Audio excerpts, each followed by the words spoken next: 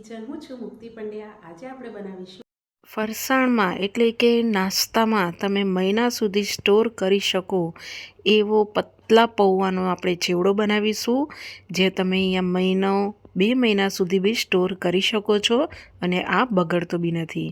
તો આને બનાવવા માટે સૌથી પહેલાં તમારે પતલા પૌવા લઈ લેવાના છે। આ રીતે બજારમાં પતલા પૌવા મળે છે એ લેવાના અને ફ્રેશ લેવાના। હવે આપણે આ પતલા પૌવાને આ રીતે એક મોટી અને પોળી કઢાઈમાં લઈ લેવાના છે અને ગેસ પર કઢાઈ મૂકી દેવાની અને મીડિયમ ગેસની ફ્લેમ ઉપર તમારે પતલા પૌવાને તમારે આ રીતે શેકવાના છે। તમારા ઘરમાં જો તડકો આવતો હોય તો તમે આ પતલા પૌવાને 3 થી 4 દિવસ માટે જો તડકે ચડાવશો તો તમારે આ શેકવાની જરૂર નથી। અહીંયા પતલા પૌવાને તમારે એટલા માટે શેકવાનું છે કે પૌવા તમારા હવાયેલા હોય કે પછી અંદરનું જે મોઇશ્ચર હોય છે એ દૂર કરવા માટે તમારે અહીંયા પતલા પૌવાને શેકવો પડશે, એ જેથી એનાથી થોડા ક્રિસ્પી બની જાય। તમને જો આ રીતે એકસાથે ન ફાવે તો તમે થોડા થોડા બી શેકી શકો છો, પણ અહીંયા પૌવા એટલા ખાસ ધ્યાન રાખવાનું કે વળેલા તમારા ન થવા જોઈએ, જે શેકતા ટાઈમે વળી જાય પૌવા એવા ન બનવા જોઈએ। આ રીતે તમારા આખા જ રહેવા જોઈએ, તમે જોઈ શકો છો। પછી થોડી વાર પછી તમે પૌવાને આ રીતે હાથેથી દબાવશો અને એનો તૂટવાનો તમને અવાજ લાગશે, કાં તો પછી ખાઈને જોશો પૌવા થોડાક તો આ રીતે તમને જે કચર કચર થાય એ રીતનો તમારો પૌવા ખાતા ટાઈમે થાય ત્યારે તમારે સમજવું કે આ સરસ એવા શેકાઈ ગયા છે। હવે અહીંયા પૌવા આપણા શેકાઈ ગયા છે તો ગેસની ફ્લેમ બંધ કરી દઈશું અને આને એક વાસણમાં કાઢી લઈશું। તો અહીંયા આ રીતે એક મોટું વાસણ લઈ લેવાનું, એની અંદર આપણે બધા જ પૌવાને કાઢીને રેડી કરી લઈશું। તો અહીંયા આપણે બધા જ પૌવાને લઈ લીધેલા છે, તમે જોઈ શકો છો। આ રીતનું પૌવા લઈ લીધા પછી આની અંદર આપણે જે મસાલો કરવાનો છે તો એ કરી લઈએ। ફરીથી ગેસ ચાલુ કરીને મેં સેમ પેન લઈ લીધું છે, એની અંદર આપણે 2 થી 3 ચમચા જેટલું તેલ લેવાનું છે। પૌવાનો ચેવડો બનાવતા ટાઈમે તમારે એટલું ખાસ ધ્યાન રાખવાનું કે બહુ તેલ વધારે બી ના હોવું જોઈએ અને બહુ તેલ ઓછું બી ના હોવું જોઈએ। તેલ ગરમ થાય એટલે અડધીથી 1 ચમચી જેવી રાઈ એડ કરીશું। રાઈ અહીંયા ફૂટે એટલે પછી આની અંદર તમારે સિંગદાણા, દાળિયા અને ખોપરું, આ રીતે સૂકું નારિયેળ આવે છે એને ઊભી પતલી ચીરી કરી દેવાની અને એ ત્રણેય વસ્તુને તમારે આમાં એડ કરી દેવાનું। અહીંયા જે દાળિયા અને સિંગદાણા અને ટોપરું જે છે એ તમારા ટેસ્ટ પ્રમાણે તમે ઓછું વધતું કરી શકો છો। હવે અહીંયા ગેસની ફ્લેમ તમારે સ્લો રાખીને દાળિયા અને ખોપરાનું કલર થોડો ચેન્જ થાય એટલું તમારે તેલમાં ફ્રાય કરવાનું છે। પછી આમાં તમારે 4 થી 5 લીલા મરચાંના આ રીતે ટુકડા કરી દેવાના, એને બી તેલમાં ફ્રાય કરી દેવાનું અને આ રીતે હલાવતા રહેવાનું।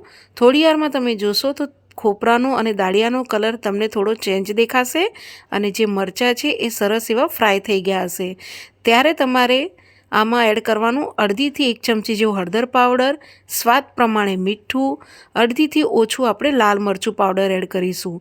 તમારે જો લાલ મરચું પાવડર એડ ના કરવું હોય અને ચેવડો તમારો અહીંયા એકદમ પીળો જ રાખવો હોય તો મરચાંને સ્કીપ કરી શકો છો। હવે બધા મસાલાને આ રીતે આપણે તેલમાં મિક્સ કરી લેવાનું। અહીંયા મીઠું તમારે તેલની સાથે જ એડ કરી દેવાનું, ચેવડાના ઉપર જરા બી એડ નહીં કરવાનું, નહીંતર મીઠાનું પાણી વળીને એ હવાઈ જશે। હવે આ બધો જ વઘાર તમારે આની અંદર જે પતલા પૌવા આપણે બીજા વાસણમાં કાઢીને રાખ્યા છે એમાં તમારે બધું એડ કરી દેવાનું અને ગરમ હોય ત્યારે તમારે બધું મિક્સ કરવાનું છે। મિક્સ કરતા રહેવાનું। તમને એમ લાગશે કે અહીંયા તેલ ઓછું લાગે છે કે હળદર ઓછી લાગે છે, આ તો બધા પૌવા ઉપર જશે કે નહીં મિક્સ થાય, પણ એ તમે જેમ હલાવતા રહેશો એમ મિક્સ થઈ જશે અને આ રીતે હરેક પૌવા ઉપર સરસ એવો મસાલાનો કોટ થઈ જશે। આ સ્ટેજ ઉપર તમારે જો તમને એમ લાગે કે હળદર ઓછી લાગે છે કે તેલ ઓછું લાગે છે તો બીજું 1 ચમચી જેવું તેલ એડ કરીને એમાં અડધી ચમચી હળદર પાવડર એડ કરીને કરી શકો છો। હવે આની અંદર આપણે 2 થી 3 ચમચી જેટલી સાકર એડ કરી દઈશું। તમને જો ગળપણ વાળો ચેવડો ન ભાવતો હોય તો તમે સાકરને સ્કીપ કરી શકો છો। અહીંયા મેં આખી સાકર લીધી છે, તમે સાકરનો પાવડર બી યુઝ કરી શકો છો। હવે અહીંયા સાકર એડ કરીને સરખી રીતે મિક્સ કરી દેવાનું છે। સાકર અહીંયા આ રીતે બધું મિક્સ થઈ જાય પછી તમારે આ ચેવડાને એકદમ જ રૂમ ટેમ્પરેચર ઉપર ઠંડો કરી દેવાનો અને ઠંડો થઈ ગયા પછી જ તમારે કોઈ બી એરટાઇટ ડબ્બામાં ભરીને તમે 1 મહિના સુધી 2 મહિના સુધી તમે સ્ટોર કરી શકો છો.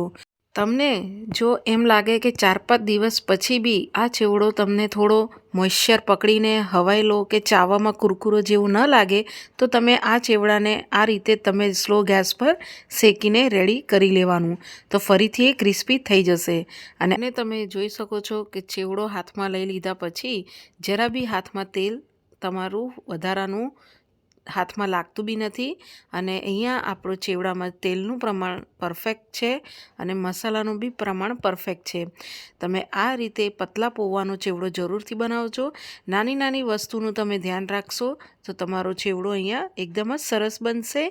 હંમેશા પૌવા લઈ લીધા પછી તમારે એને પહેલાં ચારી લેવાનું, એમાંથી જે બી કચરો હોય એ બધો કાઢી દેવાનો અને પછી તમે એને તડકામાં કે પછી આ રીતે શેકીને તમે કરશો તો તમારો ચેવડો સરસ એવો લાંબો સમય સુધી બનીને રહેશે.